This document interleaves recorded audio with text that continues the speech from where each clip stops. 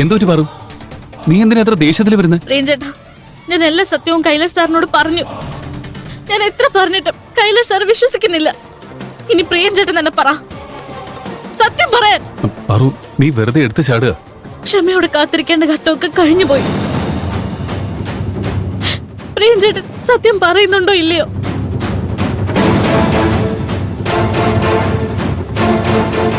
ഒന്ന് പറ പ്രിയഞ്ചേട്ടാ.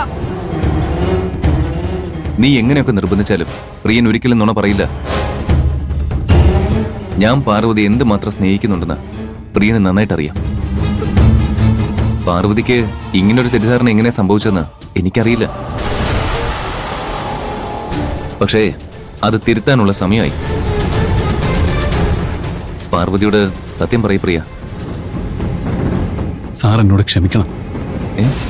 നീ എന്തിനാ ഇങ്ങനെയൊക്കെ പറയുന്നത്?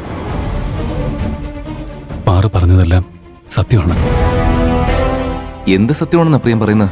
ഞാനും പാറുവും ഇഷ്ടത്തിലാണ്.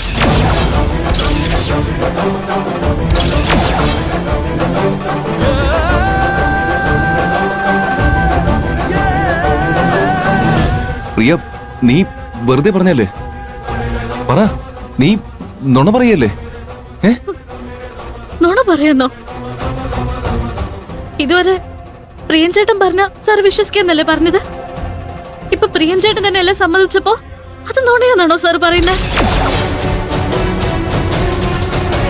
ഞാൻ സ്നേഹിക്കുന്നത് പ്രിയഞ്ചേട്ടനെ തന്നെയാ. ഇത്രയും കാലം എന്റെ കൂടെ താങ്ങായി നിന്ന് എന്നെ സ്നേഹിച്ച ഗന്ധർവൻ ഈ നിൽക്കുന്ന പ്രിയഞ്ചേട്ടനാ. ദയവ് ചെയ്ത് ഞങ്ങളെ വെറുതെ വിടണം. കണ്ടില്ലേ സാർ, ഇവനെ കുറിച്ച് ഞാൻ പണ്ടേ സാറിന് താക്കീത് നൽകിയതാ. അപ്പൊ സാറെന്താ പറഞ്ഞേ? ഇവൻ പിറക്കാതെ പോയ അനിയനാണെന്നല്ലേ? ഇവനെ വിശ്വസിച്ച് പാറുവിനെ കൂടെ പറഞ്ഞയക്കുന്നു, ഒരേ വീട്ടിൽ താമസിപ്പിക്കുന്നു.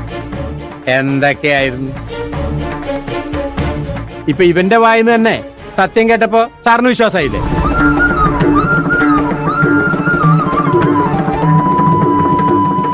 ഇവനെ പോലുള്ള ഒരു ദ്രോഹിയെ ഞാൻ എന്റെ ജീവിതത്തിൽ കണ്ടല്ല. നായ പോലും ഉണ്ട ചോറിന് നന്ദി കാണിക്കും.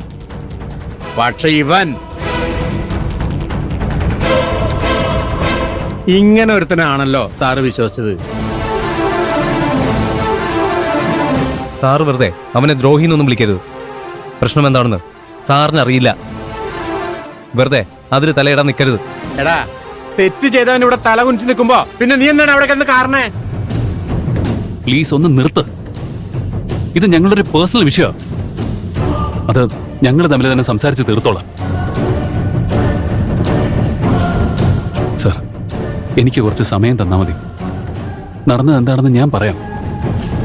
നമുക്ക് മാറി നിന്ന് സംസാരിക്കാം. Please sir. ദ്രോഹി, നിന്നൊരു സഹോദരനെ പോലെ ഞാൻ കണ്ടത്.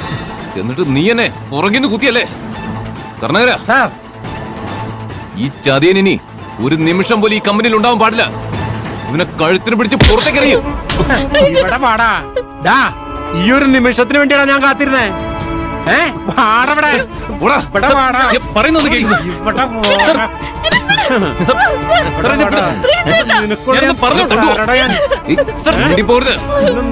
എങ്ങോട്ടും പോയി ഞാൻ സമ്മതിക്കില്ല.